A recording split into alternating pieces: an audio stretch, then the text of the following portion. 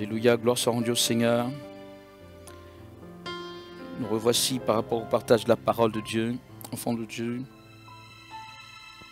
Nous allons prendre Jean le chapitre 6. À partir du verset 32, Jean 6, 32. Alléluia. Enfants de Dieu, nous sommes des instruments de la grâce de Dieu. Jean 6, 32, on va lire. Jésus leur dit, en vérité, je vous le dis, Moïse ne vous a pas donné le pain du ciel, mais mon Père vous donne le vrai pain du ciel. Car le pain de Dieu, c'est celui qui descend du ciel et qui donne la vie au monde. Ils lui dirent, Seigneur, donne-nous toujours de ce pain. Donne-nous toujours ce pain. Jésus leur dit, je suis le pain de vie.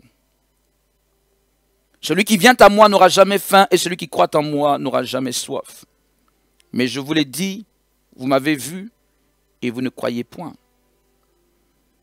Tout ce que le Père me donne viendront à moi et je ne mettrai pas dehors celui qui vient à moi, car je suis descendu du ciel pour faire non ma volonté, mais la volonté de celui qui m'a envoyé. Or, la volonté de celui qui m'a envoyé, c'est que je ne perde rien de tout ce qu'il m'a donné, mais que je le ressuscite au dernier jour. La volonté de mon Père, c'est que quiconque voit le Fils et croit en lui ait la vie éternelle, et je le ressusciterai au dernier jour. Les Juifs murmuraient à son sujet parce qu'il avait dit « Je suis le pain qui est descendu du ciel ». Et ils disaient « N'est-ce pas là Jésus, le fils de Joseph, celui dont nous connaissons le Père et la Mère? Comment donc dit-il « Je suis descendu du ciel » Jésus leur répondit, ne murmurez pas entre vous, nul ne peut venir à moi si le Père qui m'a envoyé ne l'attire, et je le ressusciterai au dernier jour. Il est écrit dans les prophètes, ils seront tous enseignés de Dieu. Ainsi quiconque a entendu le Père et a reçu son enseignement vient à moi. C'est que nul n'a vu le Père sinon celui qui vient de Dieu. Celui-là a vu le Père. Voilà, on va aller vers ce passage qui est particulier et qui nous intéresse. Le contexte est un peu long, mais ce n'est pas un problème. Le verset 47. En vérité, je vous le dis, celui qui croit en moi à la vie éternelle, je suis le pain de vie. Il répète là. Vos pères ont mangé la manne dans le désert et ils sont morts. C'est ici le pain qui descend du ciel, afin que celui qui en mange ne meure point. Je suis le pain vivant qui est descendu du ciel. Si quelqu'un mange ce pain, il vivra éternellement, et le pain que je donnerai, c'est ma chair. Alléluia. Que je donnerai pour la vie du monde. Voilà, il commence à parler un peu particulièrement. Là-dessus, les Juifs disputaient entre eux, en disant, comment peut-il nous donner sa chair à manger?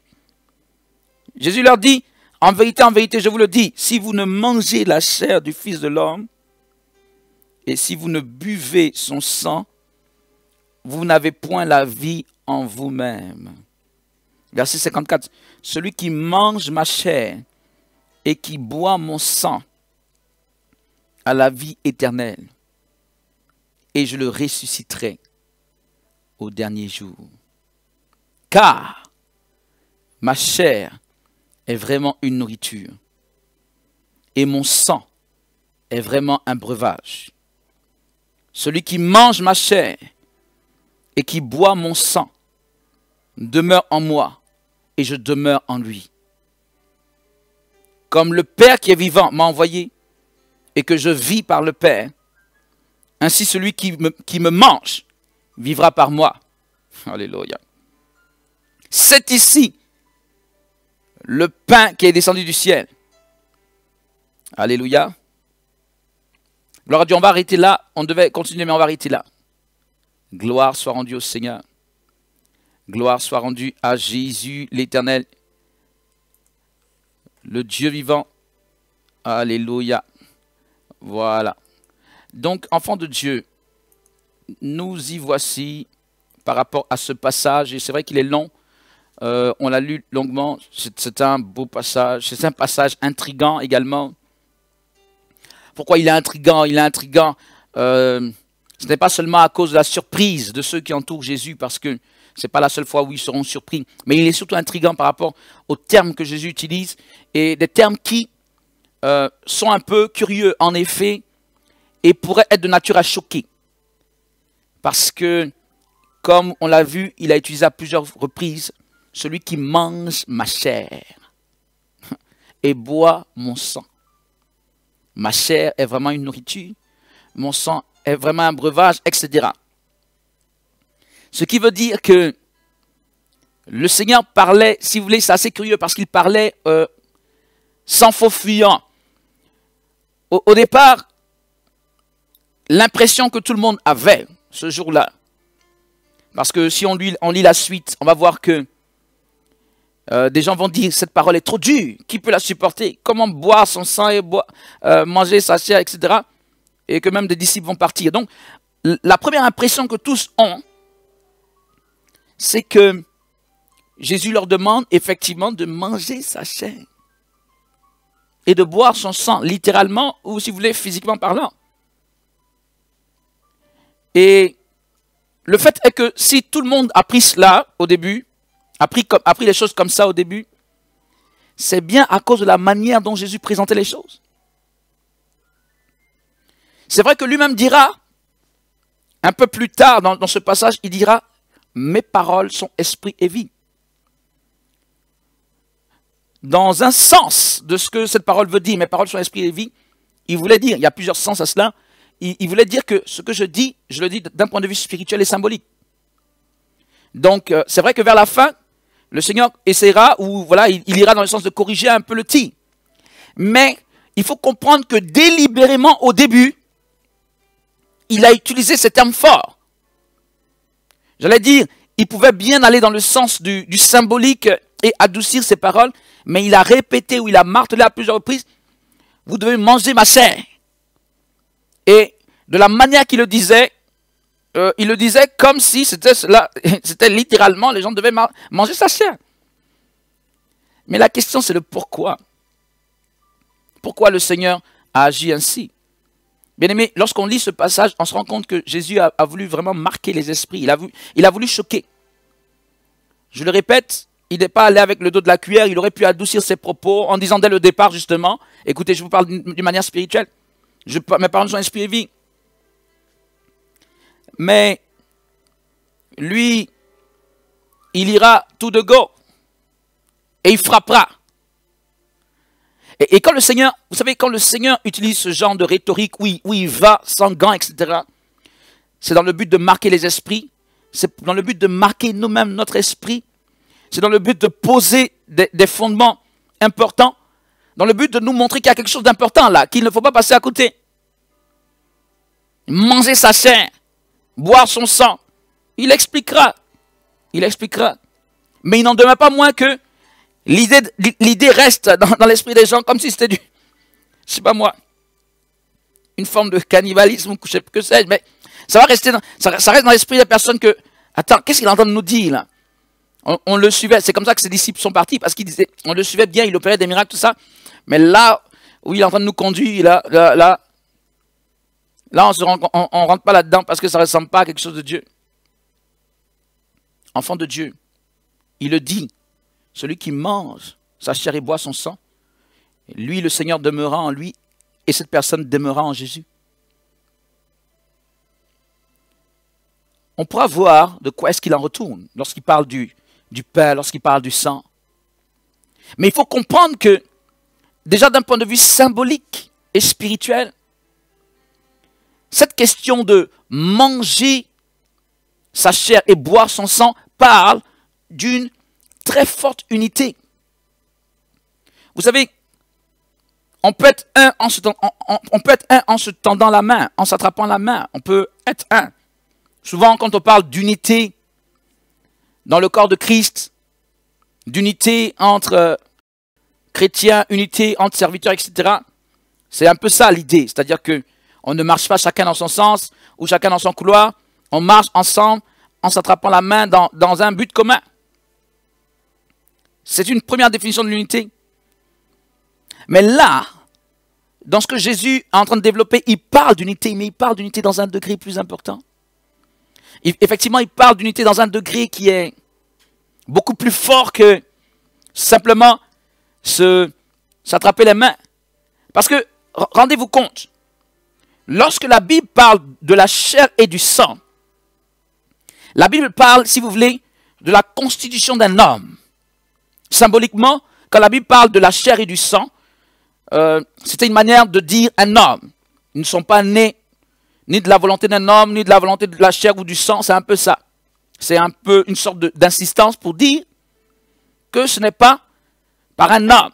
Lorsque Jésus dit, vous devez manger ma chair et boire mon sang, il parle quelque part de tout ce qui le constitue en tant que personne. Lorsque nous mangeons, ces termes vont vous sembler un peu forts, parce que c'est ce qui s'est passé ce jour-là, et je ne peux pas les amoindrir. Lorsque nous mangeons la chair de Jésus, nous buvons son sang, c'est un peu comme si ce qui constitue la personne de Jésus rentrerait en nous.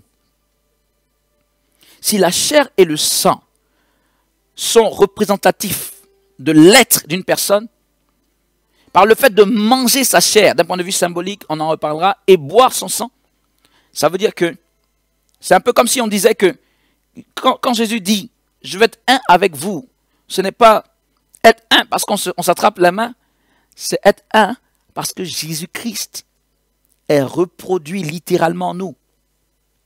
De la tête jusqu'aux pieds, le Seigneur voudrait qu'il y ait une autre personne en nous, et cette autre personne, ce soit lui, littéralement. Je le répète, c'est Jésus-Christ bâti complètement en nous, des pieds à la tête, une personne en nous, et ce n'est pas n'importe quelle personne, c'est Jésus-Christ lui-même. Alors bien aimé, il faut comprendre une chose. On parle de ces choses comme étant des choses spirituelles. Et c'est vrai que c'est difficile à capter. Parfois ça semble simple, parfois ça semble compliqué, parce que manger sa chair, boire son sang, etc., ça parle de quoi? L'unité et l'intégration de Jésus en nous. Ce n'est pas simplement qu'on dise, si vous voulez, ce n'est pas qu'on dise, Jésus, je te donne mon cœur. Jésus ne parle pas de ton cœur seulement, ça c'est le début. Mais Jésus parle de toute ta vie.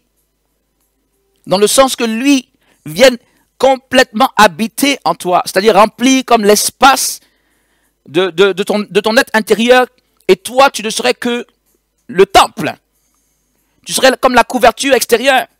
Mais en réalité c'est Jésus qui est complètement, pas au 10e, pas au 20e, pas au 30e, complètement reproduit en toi. Vous savez comme moi que l'homme est composé de 3 parties, le corps, qu'on voit. Ce que vous voyez de moi, c'est mon corps. L'homme est composé de l'âme, qui est à l'intérieur du corps, qu'on ne voit pas. Mais l'âme, qui est le siège des sentiments, des désirs, une sorte de personnalité. Mais on pourrait dire le siège des passions, des désirs. On peut même dire de l'ambition, de tout ce qui est volonté. L'âme. Et l'esprit est le siège de la pensée. Un homme peut être caricaturé de cette manière. C'est un peu comme qui dirait, vous savez, c'est un peu comme on dirait si on représentait l'homme comme des couches ou des cercles, des couches. La couche extérieure, c'est son corps. La couche extérieure, c'est son corps, c'est ce qu'on voit. À l'intérieur du corps, il y a une autre couche. Je suis en train de caricaturer. Cette couche à l'intérieur pourrait donc, si vous voulez, l'âme peut être symbolisée comme une couche intérieure, l'âme. Et à l'intérieur encore de cette couche, il y a ce qui est le plus profond en l'homme, qui s'appelle l'esprit.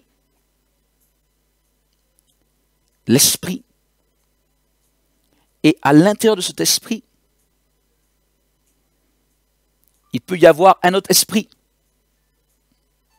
Oui, à l'intérieur de l'esprit de l'homme, il peut y avoir un autre esprit. Soit l'esprit de Dieu, soit l'esprit démoniaque, soit l'esprit de Jésus, d'une part, ou soit l'esprit du monde, d'autre part, l'esprit de l'ennemi. L'homme charnel est celui qui se satisfait de ce qui touche son corps. Et l'homme charnel est aussi celui qui se satisfait de ce qui intéresse son âme. L'homme charnel Vous savez, c'est comme quelqu'un qui passe son temps, qui passe 2 heures devant la glace. Une personne, je pense que c'est une femme. Je ne dis pas que nos femmes sont comme ça, mais je pense qu'il y a ça.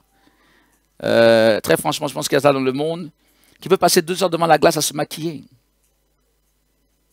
Mais jamais cette personne ne passera 2 heures devant la face de Dieu à prier. Vous savez, on a beau dire, Jésus, je t'aime, Jésus, tu es le maître de ma vie, Jésus, tu as tout pris de ma vie.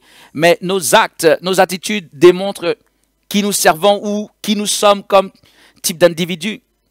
Il y a des personnes dont la vie est orientée par rapport à leur chair. Enfin, leur corps physique d'abord. Parce que la chair est légèrement différente du corps physique. La chair, c'est non seulement le corps physique, mais c'est aussi l'âme. C'est-à-dire que, vous savez, le problème c'est que l'esprit est enfoui sous l'âme et sous la chair, sous le corps. L'esprit peut avoir des problèmes pour se manifester. L'esprit peut avoir des problèmes pour conduire quelqu'un. L'esprit peut avoir des problèmes pour s'exprimer.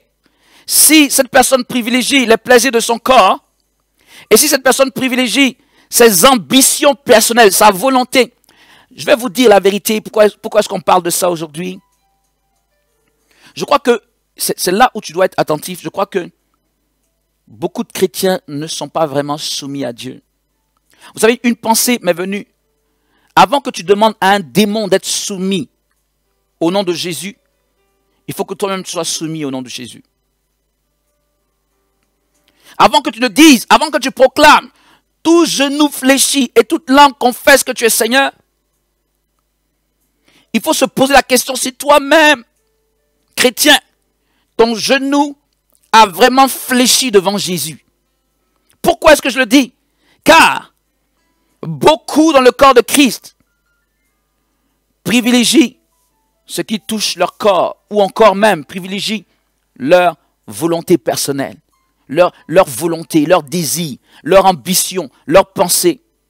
Bien-aimés, ne me dites pas le contraire. Vous allez vous rendre compte, sans vouloir fustiger qui que ce soit, mais si vous allez un peu sur les réseaux sociaux, etc., vous allez voir beaucoup de serviteurs de Dieu, tels qu'ils se disent qu'ils sont, se mettent en avant. Là, ce n'est pas l'Esprit de Dieu qui les conduit. C'est leur propre moi, leur ego, leur volonté, leur ambition. C'est vrai que c'est fait dans le cadre de Dieu. Donc on a tout de suite l'impression que quand quelqu'un est dans le ministère ou dans le cadre de Dieu, quand il fait quelque chose, c'est que c'est forcément conduit par Dieu. Bien aimé, c'est pas vrai. Beaucoup de choses sont faites pour satisfaire notre propre chair, notre moi, notre ego, plus que pour réellement la gloire de Dieu. Le simple fait de se mettre en avant, on dit que c'est pour la gloire de Dieu. Mais qui est satisfait? Disons-le tout net. C'est nous qu'on voit sur la photo. Je ne dis pas que c'est condamnable de se mettre sur des photos. Moi-même, de mettre des photos sur des posters. Moi-même, je le fais. Mais il y a très souvent des choses qui parlent. Nos attitudes parlent plus que nos paroles. Si je prends une photo et que je me bade d'or partout, de choses brillantes, de grosses croix, de gros habits, de choses qui frappent l'œil, c'est pour notre propre chair, c'est pour être visible, c'est pour... Quelqu'un dira, c'est pour me faire... La vérité, c'est ça, c'est pour se faire plaisir. La vérité, c'est que ce n'est pas pour la gloire de Dieu. Alors, je disais que... Le problème, c'est que Jésus ne vit pas en nous tel que nous croyons qu'il vit. C'est-à-dire que c'est un peu comme si l'Esprit de Dieu est étouffé. L'Esprit de Dieu qui est en principe dans notre esprit, si on ne lui laisse pas la main, si on ne se dispose pas, il n'arrive même pas à renverser la tendance. Je vous dis la vérité. L'Esprit de Dieu est comme... Vous savez, l'Esprit de Dieu, c'est comme... Justement, c'est ce dont on va parler. On est en train de parler, c'est-à-dire... Nous sommes comme un canal de Dieu. Nous sommes des instruments de la grâce de Dieu. Nous sommes comme des canaux de Dieu. Nous sommes des canaux de Dieu, enfants de Dieu. Mais le problème, un canal peut fermer. Un canal peut se constituer en goulot d'étranglement et fermer. Au point que la grâce de Dieu ne peut plus passer. Au point que l'esprit est tout contristé à l'intérieur de lui-même. Et le problème de plusieurs d'entre nous, c'est que l'esprit, c'est-à-dire Jésus-Christ lui-même, est à l'intérieur de nous, mais il est contristé parce qu'on lui donne tellement peu de place. Toute la place est prise par des choses qui tournent autour du corps, des choses qui tournent autour de nos propres ambitions. Nous sommes dirigés, nous ne sommes plus mus par nos ambitions, nos désirs de paraître, nos désirs de faire des choses pour être vus, que réellement pour la gloire de Dieu ou conduit par le Saint-Esprit.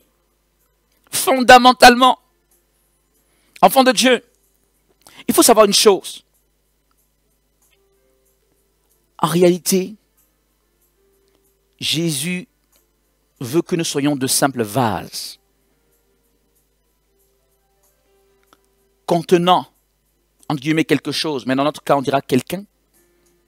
Il veut que nous soyons de simples vases.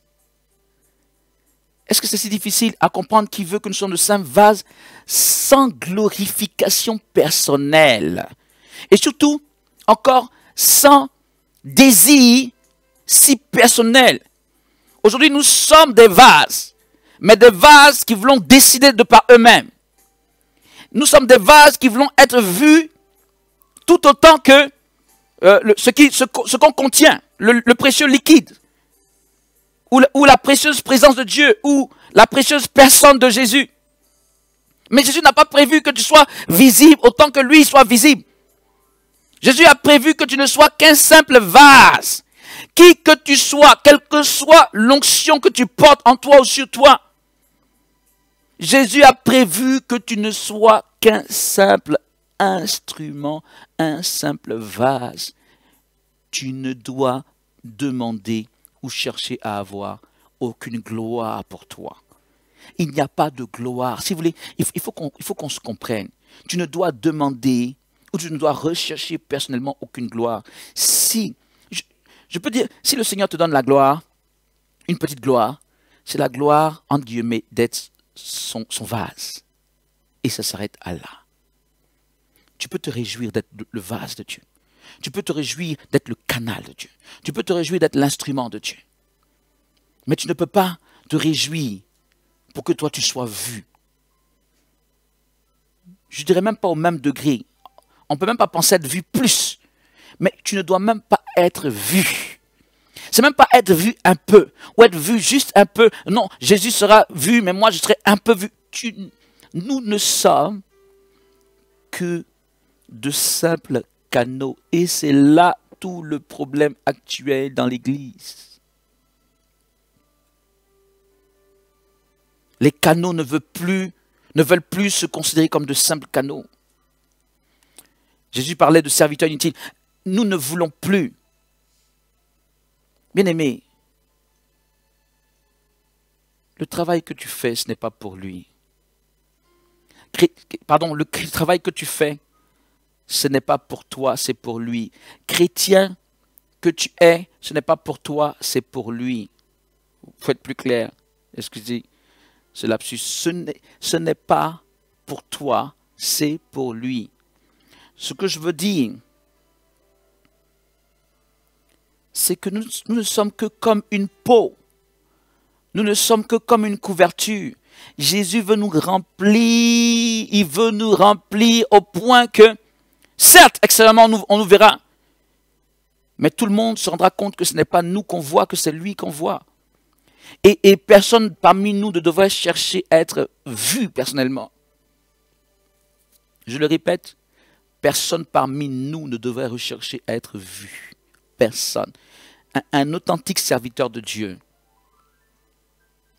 ne devrait pas rechercher. Si tu recherches cela, tu as quitté le mandat. Si tu travailles comme pour toi-même, à assouvir comme des désirs personnels, tu as quitté le mandat. Enfin, tu n'es pas vraiment dans le mandat. Si tu te bats comme si tu te battais pour, je ne sais pas moi, en concurrence de quelqu'un, comme si c'était perdu le mandat.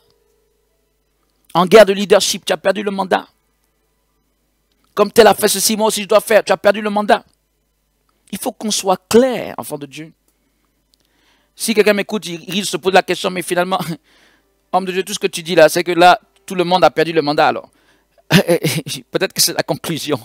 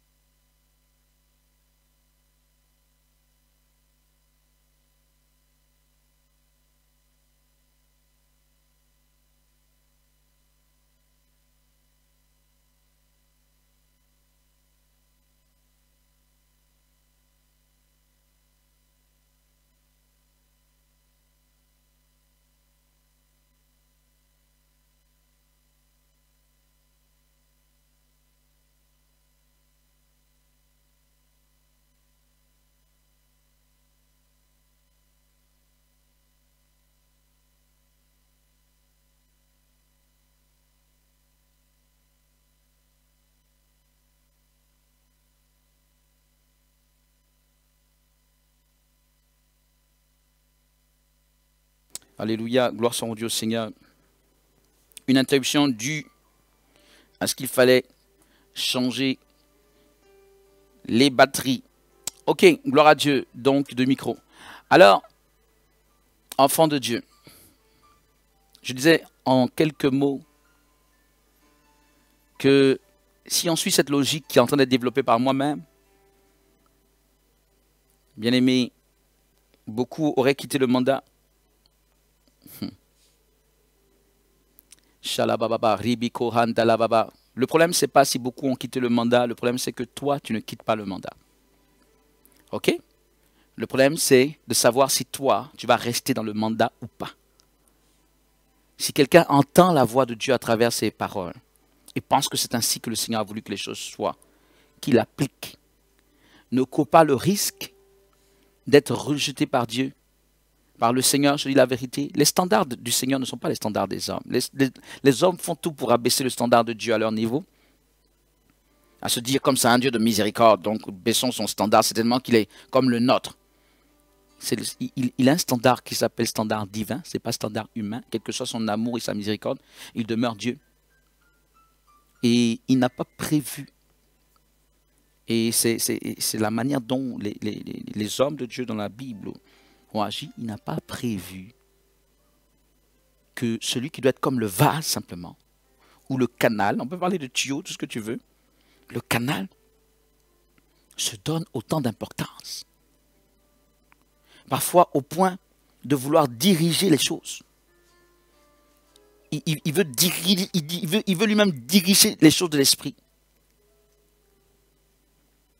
Pourquoi finalement il y a si peu de puissance dans l'Église aujourd'hui? Mais c'est parce que nous ne sommes pas vraiment des canaux. D'abord, nous n'avons pas compris ce qu'on appelle vraiment faire un corps avec Jésus. Poser les actes pour que la personne de Jésus soit reproduite de nos pieds jusqu'à la tête complètement.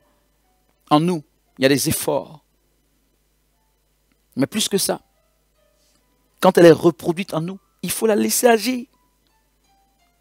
Il faut arrêter de vouloir prendre le nom de Dieu pour assouvir nos propres pensées et nos propres désirs. Il faut arrêter avec ça. Le Saint-Esprit, à un moment donné, oui, va fermer, il va fermer le tuyau, il va fermer, oui, l'arrivée de la grâce, il ferme. Parce que si c'est pour prendre cette grâce, pour assouvir nos propres désirs, il ferme. Et c'est en cela que l'Église se retrouve avec si peu de puissance, si peu d'onction, si peu de grâce de Dieu. On a les paroles, mais on n'a pas l'onction. C'est-à-dire, on n'a pas... L'onction, c'est le sceau de Dieu. L'onction, c'est le sceau d'approbation de Dieu. On n'a pas ça. Parce qu'on commence bien, mais à un moment donné, notre chair, rappelle-toi, la chair, le corps physique, et puis notre volonté, nous laissons notre chair prendre le dessus sur l'esprit qui est rempli en principe de l'esprit de Dieu. Mais au fur et à mesure que la chair prend le dessus, notre esprit est dominé par la chair. Et l'esprit, il contriste le Saint-Esprit. L'Esprit de Dieu peut ne même plus avoir de place en nous. Ça peut être la chair seulement qui est là. Lorsque nous prêchons, en fait, nous utilisons le nom de Dieu, mais nous prêchons nous-mêmes. Quand nous disons nous allons faire ça, c'est parce qu'on veut peut-être faire ça en concurrence avec quelqu'un, ou bien je vais être le premier, je vais être le plus vu, etc. Les motifs ne sont plus les motifs spirituels de l'Esprit de Dieu. Certes, nous posons les actes qui ressemblent à des actes spirituels, mais les motivations ou la base est mauvaise, et Dieu ne peut pas bénir cela. S'il bénit, c'est qu'il va arroser la chair. C'est comme s'il arrose la chair pour qu'elle s'amplifie encore. Il ne peut pas bénir. Enfant de Dieu, écoute-moi bien s'il te plaît. Jésus veut que nous soyons simplement ses instruments, et c'est en ce moment-là qu'il va puissamment se glorifier. Nous manquons de puissance et nous manquons d'impact vis-à-vis du monde parce que nous faisons mal les choses. Nous voulons prendre le nom de Dieu pour assouvir nos propres plaisirs, nos propres désirs. Que sommes-nous face à ce Dieu grand, glorieux et même terrible, enfant de Dieu? Que sommes-nous? Regarde le nombre d'hommes et de femmes que la terre a portés. Et arrête de te voir si particulier au point de détourner les voies de Dieu. Dieu t'a déjà rendu particulier par le fait qu'il a permis à son esprit de s'associer à toi. C'est déjà glorieux et extraordinaire. Pourquoi je le dis? Parce que sans le sang de Jésus qui a coulé, il était impossible à ce que le Saint-Esprit soit répandu sur toutes ces personnes comme nous sommes. Nous ne sommes pas si droits aux yeux de Dieu, nous faisons les choses imparfaitement, mais quand même le Saint-Esprit est là. Mais bien aimé, dans cette imperfection de l'homme, je ne sais pas si quelqu'un me comprend. C'est vrai que Dieu nous déclare juste par le sang de Jésus, mais en réalité, nos voix chaque jour sont des voix imparfaites. Mais c'est à cause du sang de Jésus que l'Esprit de Dieu, le sang a coulé. Donc, nous sommes comme lavés de nos péchés. Le Saint-Esprit vient sur nous. Et si je veux parler en termes humains, je pourrais dire que c'est un grand sacrifice pour le Saint-Esprit. Le Saint-Esprit de venir s'associer à des êtres imparfaits dans leurs pensées, dans leurs motivations, etc. Mais à cause du sang qui a coulé, le Saint-Esprit le fait. Dieu a accepté cela. Le Saint-Esprit le fait. Mais il y a quand même des limites. La limite, c'est que nous-mêmes, nous pouvons quelque part tuer l'onction de l'Esprit de Dieu sur nos vies. Nous-mêmes, par nos comportements, si nous n'arrêtons pas d'agir de manière charnelle, nous pouvons chasser la présence de Dieu de notre vie. Ça, il faut le savoir. Et nous allons continuer à faire les choses comme ça, comme si c'était pour Dieu. Mais en réalité, Dieu nous a laissé tomber depuis longtemps. Bien-aimés, s'il vous plaît, abat la chair et la domination de la chair dans l'église. Abat la chair. Qu'est-ce que je veux dire abat la chair? On ne peut pas enlever la chair parce que ça fait partie de nous. Mais elle doit être ramenée à son niveau minimal. À tel point que, genre, l'esprit qui domine. Donc, s'il te plaît, abat la chair dans ta propre vie. Abat les sollicitations de la chair, les tentations de la chair, les séductions de la chair. Abat l'envoûtement de la chair dans ta propre vie. Abat cela. Combien de personnes ont pris les pensées de leur chair pour dire que c'est la pensée de l'esprit? Sonde ton cœur, sonde toi et enlève de ton cœur la pression de l'ambition personnelle. La pression du vouloir, de ton ego. Abandonne cela. Car cela, lorsqu'on le laisse subsister, c'est pervertir les voies de Dieu. Est-ce que quelqu'un m'entend? Est-ce que le Seigneur pourra trouver des canaux qui ne se vantent pas? Des canaux qui ne cherchent rien pour eux-mêmes. Ça existe encore aujourd'hui, au 21e siècle, ça existe. Des canaux qui ne cherchent rien pour eux-mêmes. Est-ce que ça existe? Oui. Nous savons que tu as des charges financières. Oui, nous savons que même tu as un local, peut-être tu as une église ou quoi que ce soit, tu dois payer. Nous savons que tu as une famille, nous savons que tu as tellement de choses. Oui, le Seigneur le sait. Mais malgré tout, il va te demander de t'oublier toi-même pour que sa gloire soit vue. Ou du moins, oublie tes ambitions personnelles. Mais l'oubli dont il parle, ce n'est pas oublier ses principes. Ce n'est pas oublier sa volonté pour privilégier la tienne. L'oubli dont le Seigneur parle, c'est t'oublier toi-même, t'effacer, afin que lui prenne tout l'entier contrôle ou l'espace tout entier. Le Saint-Esprit, le Seigneur veut te remplir. Et il veut que tu sois qu'une simple enveloppe. Quelqu'un pensera que c'est dévalorisant, mais bien aimé, c'est glorieux d'être l'instrument de Dieu.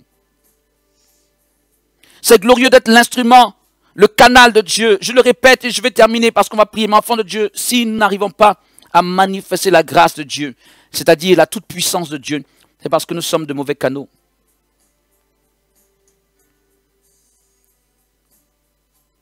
Nous sommes des canaux qui, par nos désirs, fermons cette voie au Saint-Esprit.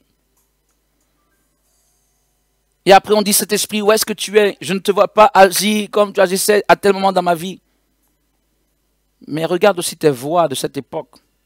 Et regarde tes voix actuelles. Essaye de faire la comparaison et tu verras. Pourquoi est-ce que tu ne vois pas le Saint-Esprit agir dans les mêmes proportions qu'avant? Examine-toi. Peut-être que dans ta jeunesse ou bien dans tes premiers moments du christianisme, peut-être que effectivement tu t'abandonnais totalement à Dieu. Peut-être que tu calculais beaucoup moins que maintenant. Vous savez, j'ai remarqué une chose. Les enfants ont quelque chose de particulier. C'est comme s'ils ne calculent rien, quoi. Ce qu'on leur dit de faire, ils le font, ou bien ce qu'ils ont dans la tête, ils le font. C'est comme ils ne calculent pas les dangers. Or, les adultes calculent beaucoup. Certes, sous certains angles. On dirait que c'est ce qu'il y a de mieux. Un adulte calcule, l'enfant ne calcule pas, justement, c'est la définition de l'enfant et puis la définition de l'adulte. Mais dans les choses spirituelles, ça peut être nuisible. Pour ne pas dire que si ça reste comme ça, surtout les calculs devant Dieu, c'est fortement nuisible. Nous pervertissons les voies de Dieu par nos calculs humains. Nous ne sommes plus ceux qui voulons simplement rester à la place de l'enveloppe, à la place d'être le canal de Dieu. Bien-aimé, je te dis la vérité. Peut-être qu'au départ, tu as pensé que c'est dévalorisant.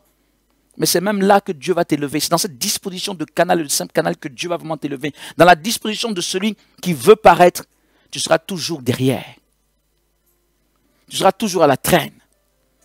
Tu seras même dans l'échec, finalement. L'élévation est vraiment pour ceux qui se font de simples canaux sans ambition personnelle. Est-ce que quelqu'un peut comprendre cela? Alors, à toi de voir ce que tu veux que le Seigneur fasse dans ta vie. Ou réellement, où est-ce que tu veux qu'il te conduise? Manger sa chair et boire son sang. Il a dit, je suis le pain de vie. Sa chair, ou le pain, le corps, à la Sainte Seine, il va aller un peu plus loin dans la symbolique. Le corps, c'est comme, effectivement, lui, Jésus. C'est sa parole. Manger sa chair. Ces termes forts sont utilisés parce que Jésus parle d'actes forts. Pour arriver au stade où Jésus va te remplir, pour que sa personnalité soit en toi, au point que ta personnalité soit effacée, et que ce soit sa personnalité qui remplisse tout ton être, il va falloir que tu poses des actes forts. Voici pourquoi Jésus a utilisé des termes aussi forts. Manger sa chair. Ce n'est pas lire un peu la Bible, ou marcher un peu sur les voies de Dieu, c'est prendre la décision vraiment de t'accaparer la parole de Dieu et de vivre exclusivement par rapport à cette parole, avec toute la violence spirituelle que cela implique. De la même manière, le sang est avant toute chose. Bon, le sang est avant toute chose quand même un symbole de souffrance. Quand tu vois le sang couler, partout où tu verras le sang, c'est qu'il y a une souffrance. Que ce soit le sang d'un animal et même le sang d'un homme, naturellement. Le sang de Jésus est le symbole de la souffrance de Jésus. Boire son sang, c'est participer à ses souffrances. C'est-à-dire que celui qui veut ressembler à Jésus ou qui veut que le Seigneur le remplisse à ce degré, la question que l'on peut te poser, quel sacrifice est-ce que tu payes? Comment est-ce que tu es partie prenante des souffrances de Jésus? Comment est-ce que les souffrances de Jésus, dans la volonté de lui ressembler, comment ces souffrances se manifestent? Autrement dit, quel prix tu payes pour ressembler à Jésus? Quels sont les actes que tu poses, des actes de violence que tu poses pour lui ressembler? Que quelqu'un ne me dise pas, quand je suis chez moi et que je dis Jésus est Seigneur, je ressemble à Jésus. Jésus sortait. Jésus priait.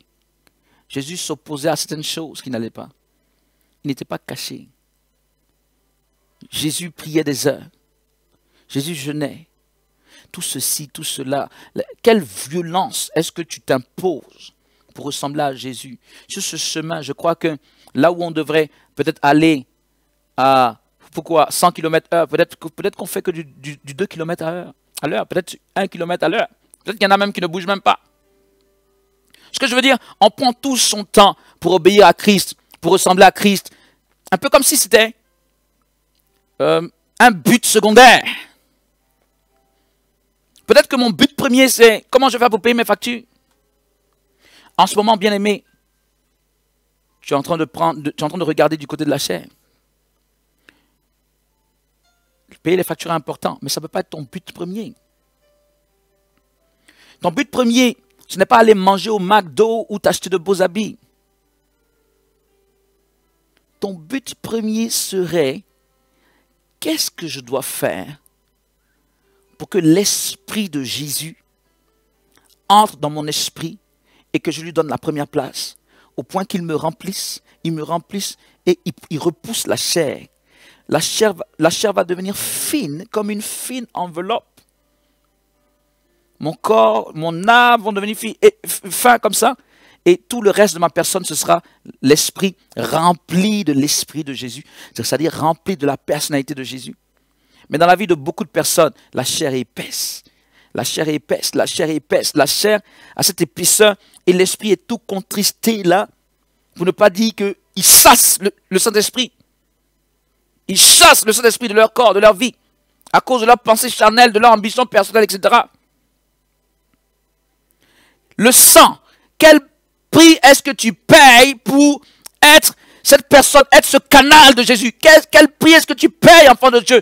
Quel prix? À part les belles paroles, quel est le prix? Quels sont les actes que tu poses, les actes de souffrance? Les actes qui te coûtent quelque chose, les actes de sacrifice de ta propre personne? Pour vraiment ressembler à Jésus. Qui sait que Jésus-Christ revient bientôt? Qu'est-ce que tu as fait pour Jésus? Si tu ne te fais pas violence, quand on ne se fait pas violence, on va rester 1 an, 2 ans, 3 ans à dire la même chose. Seigneur, je veux te servir. Seigneur, si tu ne fais pas attention, dans 10 ans, tu vas dire la même chose. Pourquoi? Parce que quelqu'un refuse de se faire violence pour entrer dans le service. Il va y avoir de la souffrance dans ta vie, mais cette souffrance, ce n'est pas une souffrance que le diable t'impose. C'est une souffrance que toi-même tu t'appliques pour être vraiment à l'image de Jésus. Que son corps, ou sa chair et son sang soient à l'intérieur de toi. Que toute sa personnalité soit reproduite en toi. Alléluia. Le sang nous parle d'alliance. Secondement, le sang nous parle d'alliance. Qui dit alliance dit unité, c'est-à-dire unité forte. L'alliance est une unité forte. L'alliance de Jésus, l'alliance avec Jésus, pour ainsi dire, la Bible dit que celui qui s'attache à Jésus-Christ a avec lui un seul esprit. C'est ça l'alliance. Dans notre contexte aujourd'hui, c'est une unité de telle manière que Jésus, vous savez, c'est assez curieux, la Bible dit, est avec Jésus-Christ un seul esprit. C'est ça. Donc c'est spirituellement que Jésus va venir être reproduit en toi. Et tu seras un seul esprit avec lui. On ne parle pas de corps, on ne parle pas d'âme, quoique l'âme et le corps seront là, mais on dit un seul esprit, parce que l'esprit aura pris toute la place. L'esprit rempli du Saint-Esprit. Est-ce qu'on peut trouver ces personnes sur la terre, ou bien est-ce que c'est une utopie? Comment allons-nous dire au Seigneur, Seigneur, tu as dit ces choses de moi, vraiment, c'est pas possible. On peut lui dire ça? Si ce n'était pas possible, il n'allait pas nous le demander, pardon. Il n'allait pas nous le demander si c'était une chose impossible. C'est tout à fait possible. Alléluia. Non seulement c'est possible, mais nous allons le faire pour la gloire de son nom. C'est-à-dire que je vais poser et tu vas poser les actes qui font que la personnalité de Jésus va être reproduite en nous. À part lire sa parole, nous allons agir avec violence comme lui-même il agissait. Nous allons le faire. Jésus allait de lieu en lieu pour prêcher la parole. Il allait de lieu en lieu pour porter assistance. Il allait de lieu en lieu pour chasser les mauvais esprits. Il allait de lieu en lieu pour guérir les malades. Il allait de lieu en lieu pour prêcher la bonne nouvelle aux pauvres. Pauvres, c'est-à-dire ceux qui se disposent pour recevoir cette bonne parole, cette bonne nouvelle. Il allait de lieu en lieu ainsi, enfants de Dieu. Le temps est venu pour que nous le fassions. Le temps est venu pour que tu ne sois pas là à rechercher ce que tout le monde recherche. qu'est-ce qu'un homme, aujourd'hui même un chrétien, qu'est-ce qu'il recherche? Ok, je veux un travail, je veux avoir de l'argent, je veux une femme ou un homme, je veux avoir des enfants, je veux voyager. Et puis peut-être après, je vais être connu, je vais être visible, je vais être une source d'inspiration pour les autres. Mais je veux où je vais avoir. Tout ça, c'est ça le problème. Est-ce que tu comprends que tu dois arrêter le je veux, je vais, j'ai, etc. Et laisser la personnalité de Jésus et les désirs de Jésus, la volonté de Jésus se faire en toi. Arrêter le je veux et laisser le Saint-Esprit prendre le contrôle de ta personne. Et certainement, tes je veux, je vais, il va certainement les faire. Mais c'est je veux, je souhaite, j'ai en pensée, j'ai comme ambition, etc. ou comme désir, enfant de Dieu, ça ne doit pas être la priorité de ta vie. C'est un peu comme si je disais à quelqu'un, oublie-toi ou abandonne-toi entre les mains de Jésus-Christ. Abandonne-toi complètement entre les mains de Jésus. Fais-lui confiance. Sois le simple canal. Il nous manque des canaux. La gloire de Dieu n'éclate pas dans les nations parce qu'en réalité, il n'y a pas de canaux. Il y a beaucoup de gens qui se disent de Dieu, mais ils ne sont pas des canaux. Ils ne sont pas des canaux. Ils veulent faire leur volonté. Ils résistent à longueur de journée à l'Esprit de Dieu. Ils ont tellement fermé leurs oreilles à l'Esprit que l'Esprit ne parle même plus et qu'il les laisse faire. En ce moment, tout devient dur, tout devient stérile, tout devient stagnant. Mais ils disent certainement que c'est le standard. C'est comme ça que les choses doivent être difficiles, doivent être stagnantes. Alors que la raison, c'est parce qu'ils ne se constituent pas véritablement en canaux de Dieu, en canaux du Saint-Esprit, en canaux de la grâce de Dieu. Je veux terminer par là. Je l'ai dit tout à l'heure et je veux le répéter pour terminer. C'est une grande grâce que déjà Dieu nous ait choisis pour que nous habitions, pour que nous soyons, oui, l'habitation de son Saint-Esprit. C'est une grande grâce. Nous ne devons pas en demander plus. Nous ne pouvons pas et nous ne devons pas lutter avec le Saint-Esprit. Nous ne devons pas nous servir du Saint-Esprit par rapport à nous-mêmes. Nous ne devons pas rechercher à imposer nos propres pensées ou notre propre volonté au Saint-Esprit. Je le répète, c'est une grâce extraordinaire et inexprimable que Dieu ait accepté que son Saint-Esprit soit dans nos vies. Nous ne pouvons pas en demander plus. Nous devons rester dans ce qu'il nous a donné. C'est là qu'il y a vraiment notre gloire. Il a dit, soyez mes canaux, soyez mes vases. C'est tout ce que je vous demande. Soyez le réceptacle, soyez le contenant. C'est tout ce qu'il nous demande. Il ne faut jamais chercher à habiller un désir personnel de la volonté de Dieu en disant c'est la volonté de Dieu, alors qu'en réalité, ce sont tes ambitions personnelles qui s'expriment. C'est-à-dire, c'est je veux, ou ça me plairait que. Parce que, quel est le danger que l'on court dans cette disposition? On court le danger de faire des choses, de courir après des buts, et même de les accomplir. Mais que le Seigneur dira que ce n'était pas pour la gloire de son nom, que finalement c'était pour nous-mêmes que nous avons fait ces choses. Tu vas dire, Seigneur, mais des âmes ont été sauvées. Il dira, soit. Mais tu ne l'avais pas fait pour moi, tu le faisais par rapport à toi-même. Ça fait bizarre, n'est-ce pas? Nous ne courons pas le risque d'être disqualifiés en pensant avoir atteint le but et malgré tout d'être disqualifiés. C'est pourquoi nos motivations doivent être jaugées. Mais en réalité, pour éviter cela, il faut rechercher à être rempli de Jésus. Nous allons prier pour ça. Quelqu'un veut prendre le contrôle de ta vie. Il faut que tu acceptes de te soumettre. Il faut que tu acceptes de le laisser te remplir. Il faut que tu acceptes de t'abandonner complètement entre ses mains.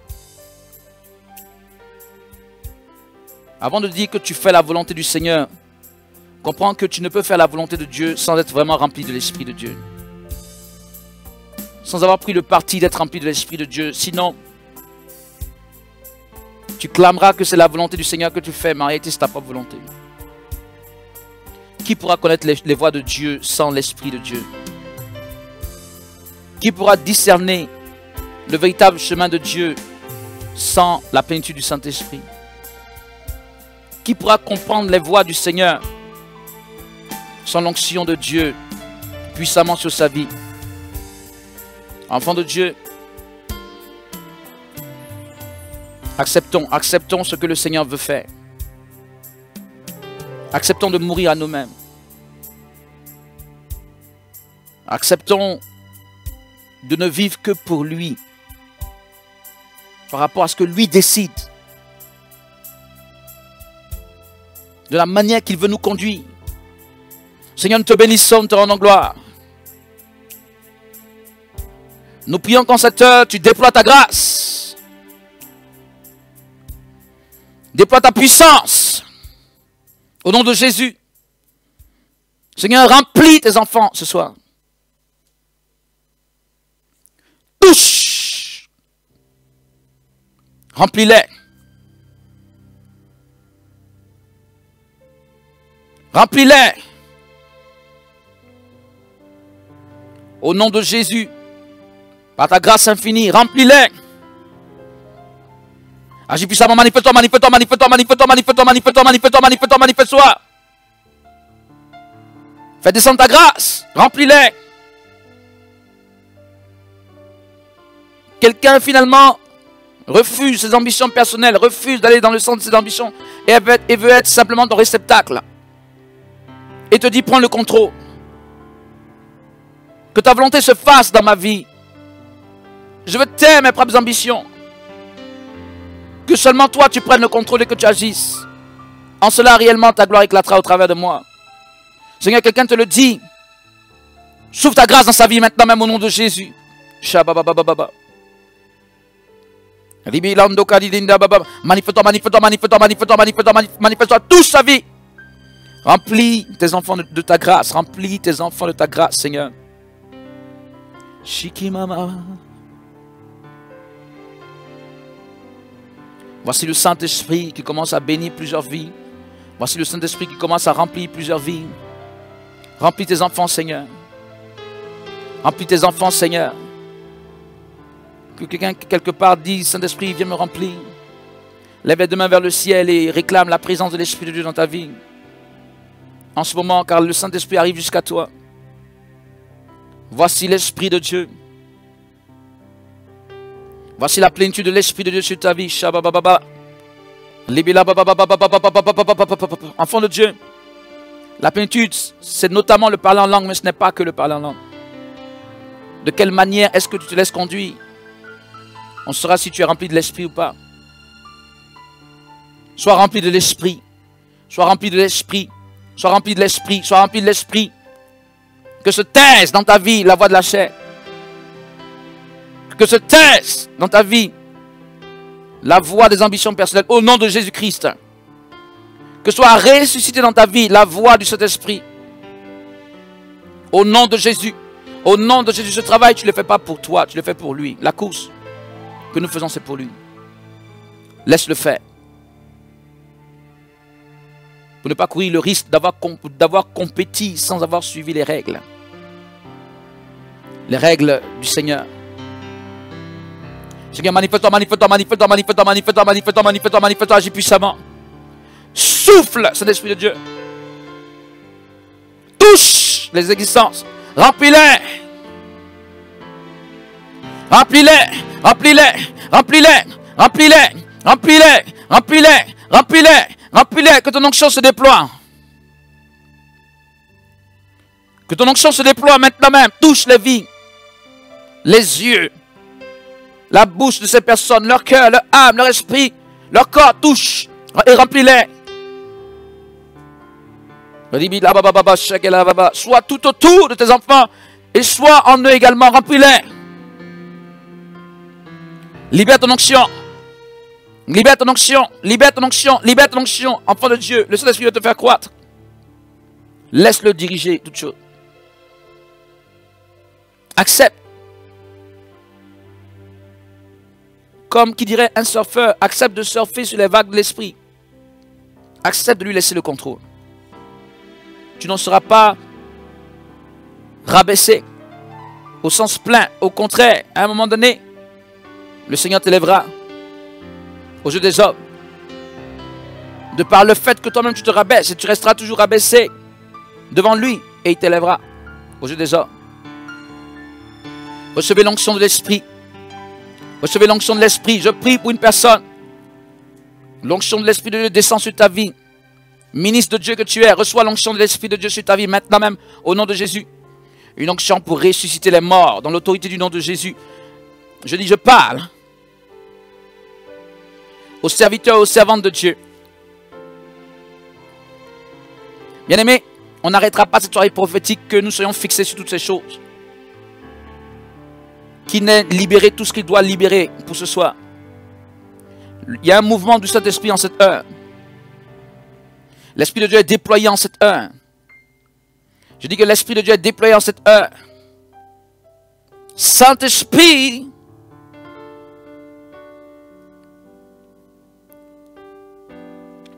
quelqu'un en ce moment doit mettre la main sur son cœur.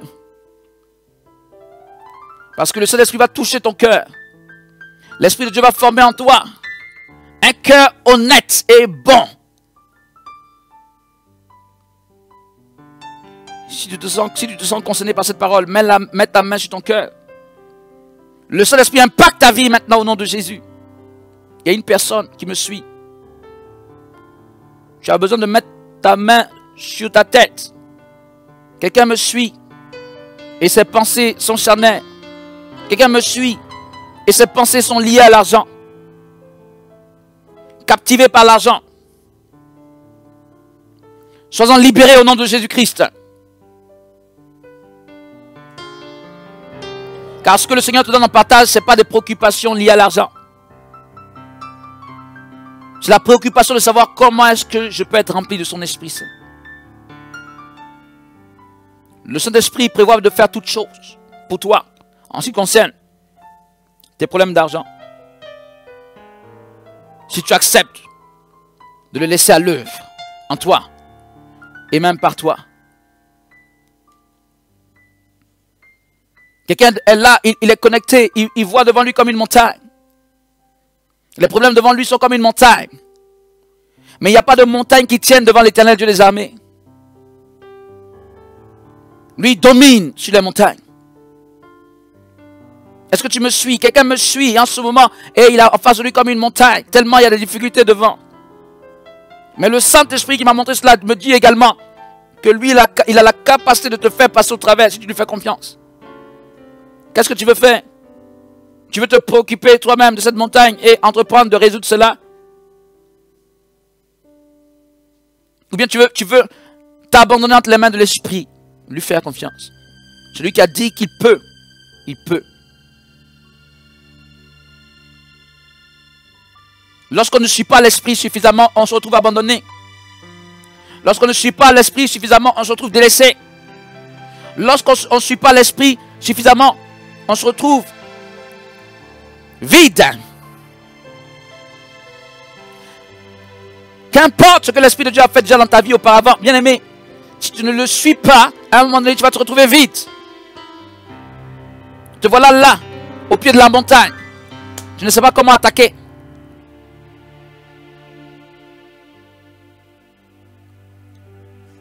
Mais le Saint-Esprit veut changer tes soirs en matin. Le Saint-Esprit veut changer tes crépuscules en aurore.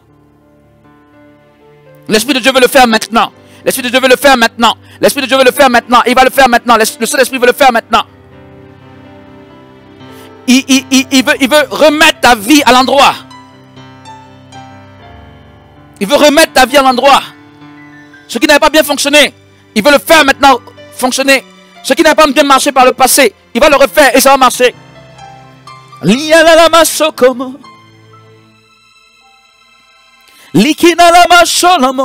Fire! Shake baba baba baba baba baba. Lebe la baba baba baba shake baba baba. Korianda kadi dibikoto lobo shake baba baba.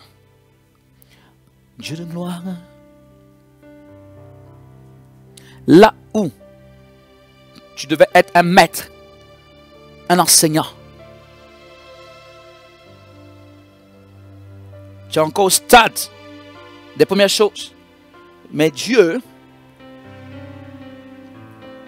veut te repositionner. Dieu veut te requalifier. Là où tu devais être une experte.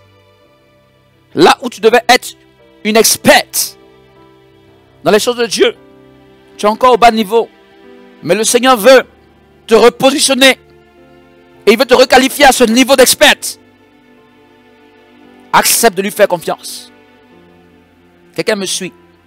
Tu es trop préoccupé par les problèmes financiers. Comment je vais régler telle chose à la fin du mois? Comment? Il y a quelqu'un qui me suit qui est trop préoccupé par ça. Tu es plus préoccupé par ça que tu ne l'es de véritablement accomplir la volonté du Seigneur dans ta vie ou pas ta vie. Écoute, je ne sais pas quel langage est-ce que je peux te donner. Parce que si tu réfléchis de manière pragmatique, tu vas dire non, il faut être préoccupé par les choses parce que sinon ça te passe là-dessus, ça va te dominer, tu vas rentrer dans des problèmes. Mais le Dieu qui t'a appelé, est-ce qu'il ne sait pas tout ça déjà? Le Dieu qui te dit abandonne-toi entre mes mains, est-ce qu'il ne sait pas déjà tout ce dont tu parles, ces choses? Il y a une personne qui me suit. Aujourd'hui, tu as des conséquences parce que tu as connu une période de distraction où tu as commencé à faire des choses qui ne sont pas honorables aux yeux de Dieu. Et aujourd'hui, tu es en train d'avoir les conséquences de ces choses. Ce sont des choses liées aux sentiments, ce sont des choses liées aux choses sentimentales, l'amour, etc. Aujourd'hui, tu es en train d'avoir les conséquences de ces actes négatifs que tu as déjà posés, Tu es en train d'avoir les conséquences aujourd'hui.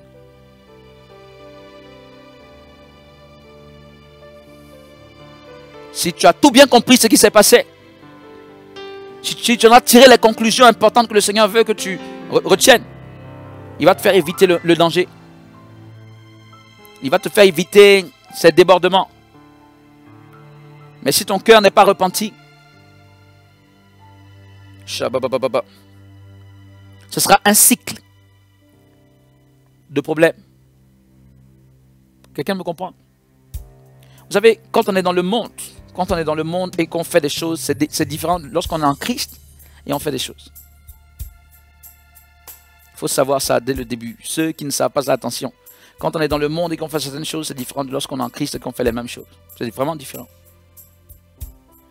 Dans le monde, tu viens à Jésus-Christ, le Seigneur efface comme ça, mais tu es en lui et tu fais. Attention, ça peut te suivre encore longtemps. Parce que tu étais en lui. Quel cœur tu as eu pour faire? Qu'est-ce qui dit que ton cœur a vraiment changé?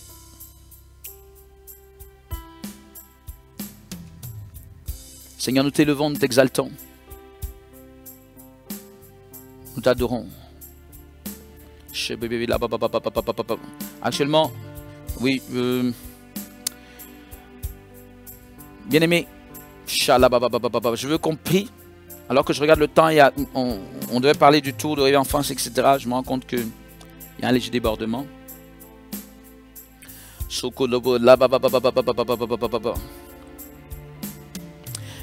Bien-aimé, en 2 minutes, dis Saint-Esprit, dis-lui encore, remplis-moi, Saint-Esprit, parle-moi, Saint-Esprit, conduis-moi. Demande-lui cela. Saint-Esprit, remplis-moi, Saint-Esprit, parle-moi, Saint-Esprit, conduis-moi. Demande-lui cela, s'il te plaît. En 2 minutes.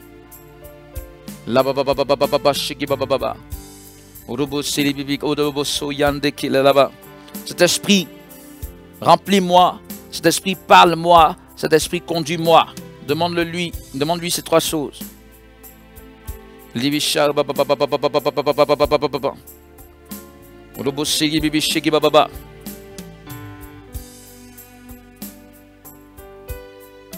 L'Esprit de Dieu va se révéler à toutes ces personnes qui ont fait cette prière. Ok? Le Saint-Esprit va se révéler à toi si puissamment que tu ne pourras pas en douter. Si clairement que tu sauras que c'est lui. Il va donc te donner les instructions précises par rapport à sortir de cette situation. Écoute-le, suis-le. Abandonne-toi entre ses mains. Fléchis le genou vraiment devant lui. Accepte sa domination, je peux dire. Accepte en tout cas sa conduite. Accepte. Mets-toi en retrait.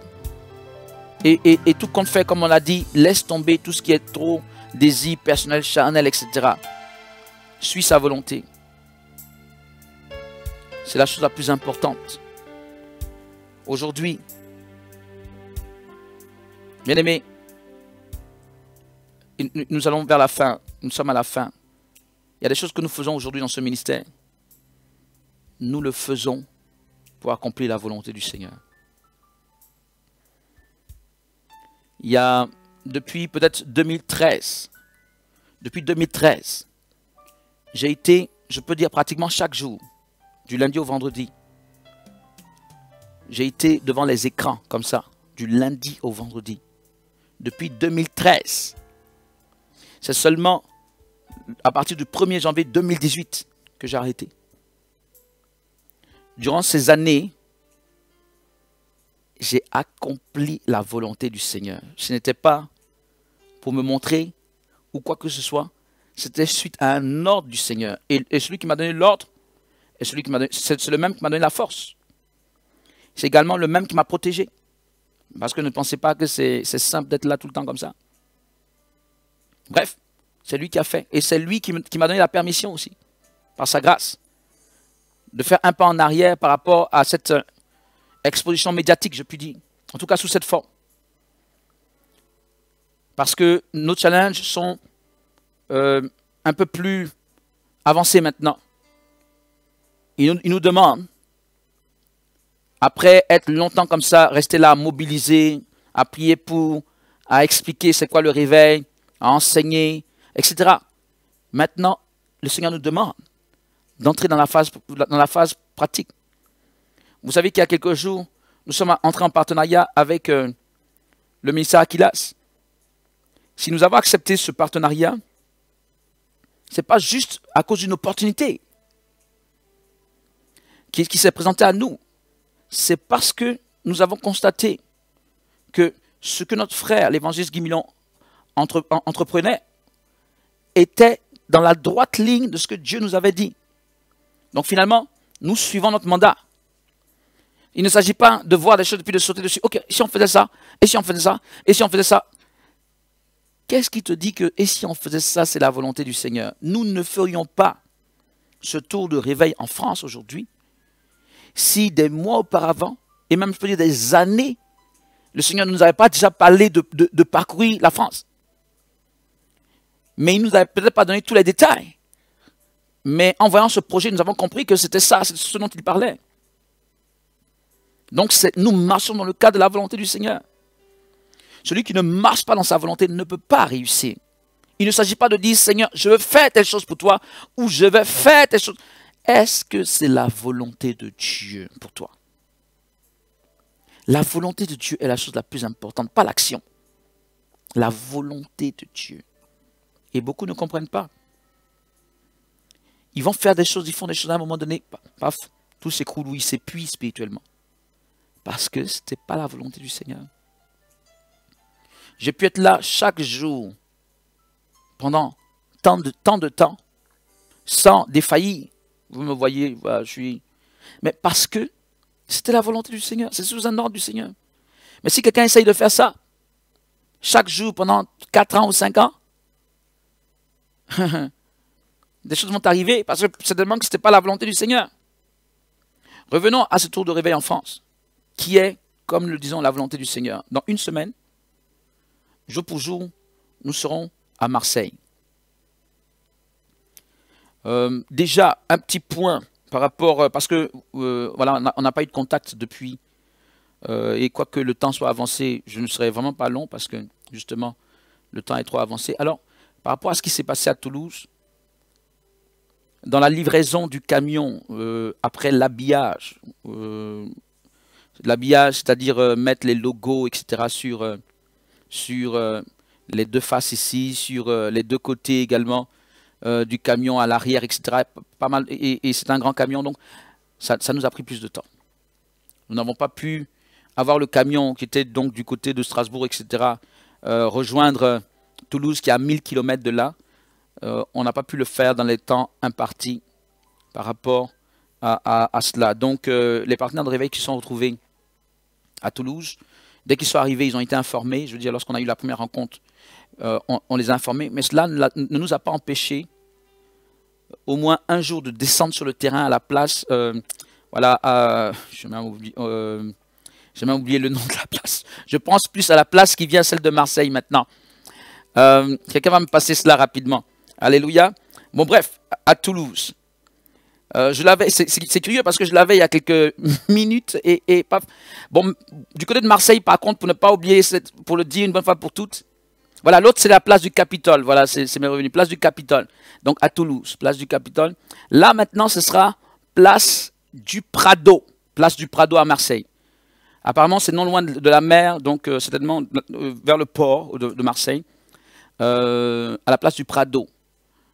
À partir de vendredi prochain, on sera et prions pour qu'on soit là avec le camion. On fera tout parce que le camion doit être là. Pour qu'il soit le vendredi, qu'on l'achemine parce que ceux qui travaillent là-dessus prennent un peu plus de délai que prévu. Cela nous embête, mais par la grâce de Dieu, ce sera le cas. Je veux bien croire que cette fois-ci, pour tous ceux qui se déplaceront, le camion sera là et on travaillera à fond. Parce que cette fois-ci, il n'y a pas de conférence à côté. À Toulouse, il y avait une conférence avec donc notre frère, le prophète Kila, écrivaine, donc qui nous ont accueillis vraiment très bien. Nous avons passé un merveilleux moment. Tous ceux qui ont participé à ces 3 jours de conférence en sont ressortis. Je le dis, vous pouvez vérifier avec eux parce que c'est sur leur dit que moi je le dis aujourd'hui. C'est même pas mon appréciation personnelle. Mais ils sont ressortis bénis parce que la présence de Dieu était très forte durant les 3 jours. Et vous nous avez vus en petit extrait sur la place donc, du Capitole, en train de jubiler, etc. On parlait à des personnes. Il y a eu pas mal de gens touchés. Il y a eu pas mal de gens touchés. Il y a eu vraiment des personnes qui ont pris le temps de se rapprocher de Dieu, de discuter avec nous et d'accepter de se rapprocher de Dieu. C'est merveilleux. Et ce qu'on a vu sans camion podium, on s'est dit, waouh, qu'est-ce que ce sera avec le camion podium? Donc on est aussi enthousiasmé d'être à Marseille dans une semaine par rapport au tour de réveil. Alléluia. Les prochaines dates, on se fera fort très rapidement de vous préciser tout le calendrier. Parce que le calendrier est en train d'avoir des modifications en fonction justement de certains imprévus, etc. Donc on est en train de revoir un peu le calendrier. On vous le reconfirmera en ce qui concerne les dates et les villes. Je pense que dans maximum une semaine, et même certainement avant, vous aurez le nouveau calendrier.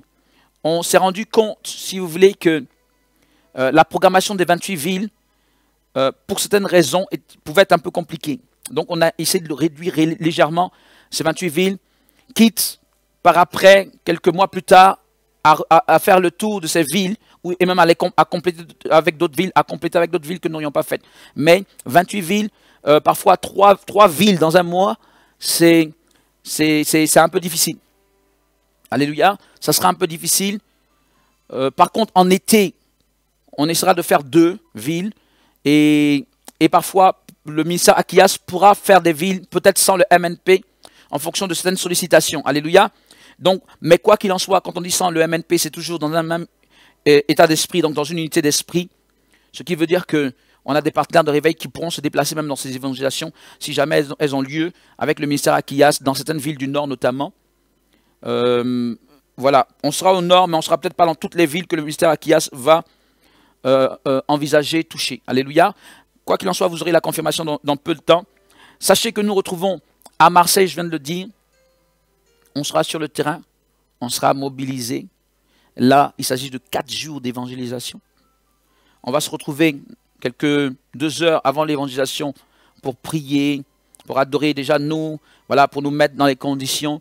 Et on aura les équipes sur place, tandis que l'adoration passera avec le camion podium, les prédications, voilà, l'évangélisation, les prospectus. Bref, nous prions que la gloire de Dieu descende en ce lieu. Alléluia. Et que beaucoup d'âmes soient gagnées au Seigneur. Quand on finissait Toulouse, et je terminais par là, j'avais ce sentiment lorsqu'on a été sur la place du Capitole. J'ai dit, waouh. Je me suis dit, waouh. Il y a tellement de personnes qui, en réalité, veulent entendre parler de Jésus.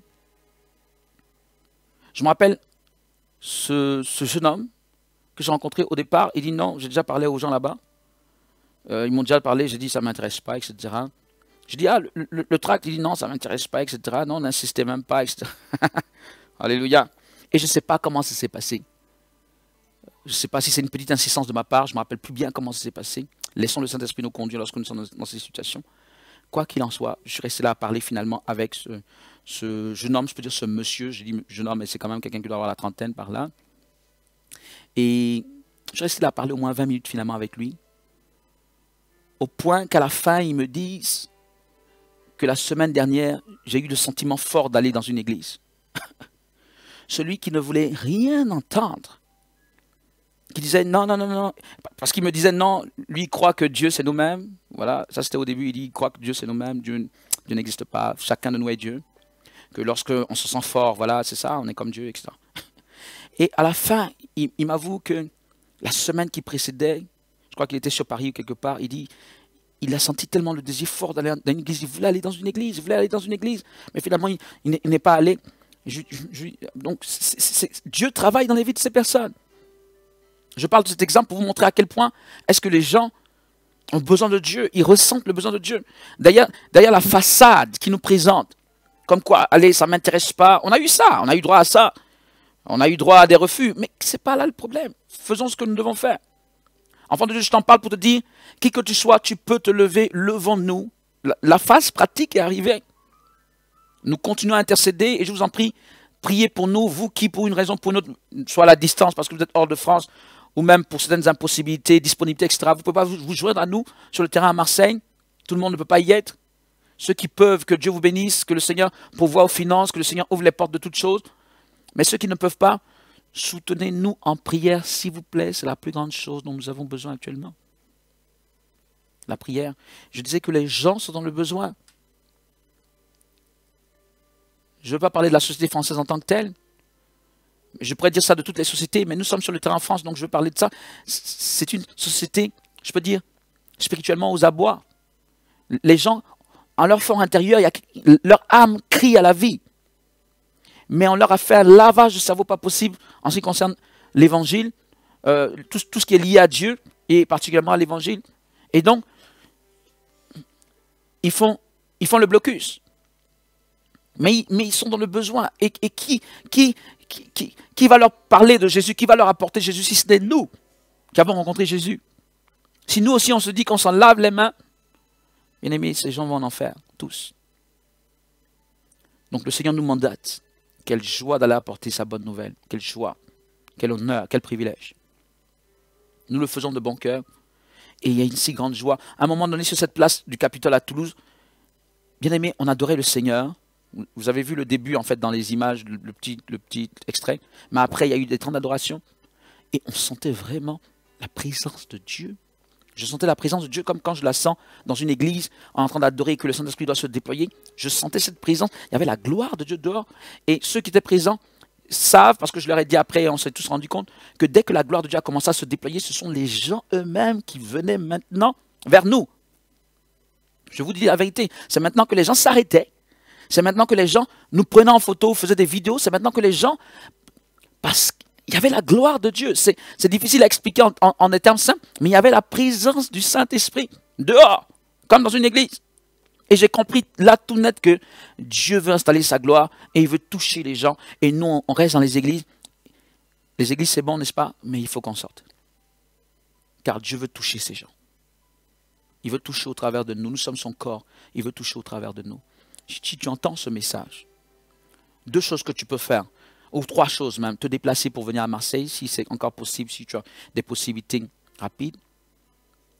Si ce n'est pas possible, et même si tu te déplaces pour venir à Marseille, la deuxième chose, il faut la faire également, prier pour nous, prier. Alléluia, prier.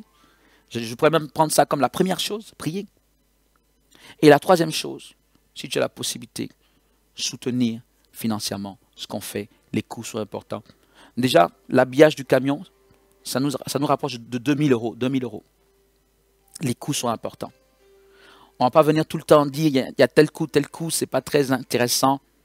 Donc, si tu sens que le Seigneur te demande de faire quelque chose, fais-le. Je veux dire merci du plus profond de mon cœur à ces gens qui ont soutenu jusqu'à présent. Certains, j'en suis sûr, sont allés prendre de leurs économies pour venir donner pour ce camion Podia. Et franchement, ça me touche.